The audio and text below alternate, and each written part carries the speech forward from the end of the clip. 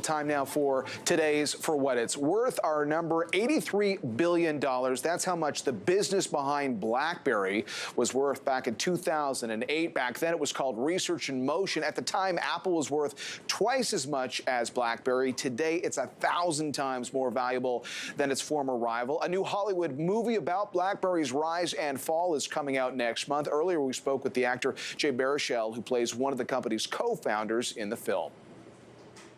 The world that we live in today rests in large part on the shoulders of what these nerds did in Kitchener in the end of the 90s. So, and they're not household names. I think there's often a cult of personality around sort of tech titans and innovators. Yeah. And for the most part, these guys are kind of still under the radar. And their end is somewhat tragic, at least narratively, because they went from almost half the market share to zero once after the advent of the iPhone. So it has everything you want out of a good story, plus utter anonymity, which is a chronically Canadian thing. There you go, Alex.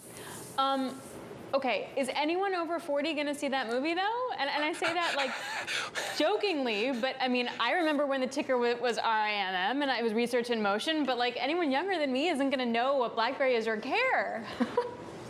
Well, I think what's interesting about this is that while the bones of the story are there, that they did take a series of creative liberties to perhaps jazz it up. It's going to be interesting to see how the company itself reacts to it. But, you know, they're thinking of a Hollywood movie experience in all of this. But it is a reminder, obviously, too, of just what was a fascinating story. Yes, if you're over 40, but for anyone who covers business, of the rise and fall of a company that had a pretty high star at one point.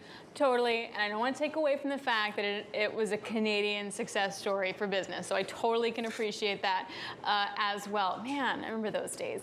There was a payphone in that trailer. And Jay Baruchel was saying he only gave up his BlackBerry a couple of years ago. That was like the big headline for me, for an actor still using a BlackBerry up until a couple of years ago. Yeah, no doubt.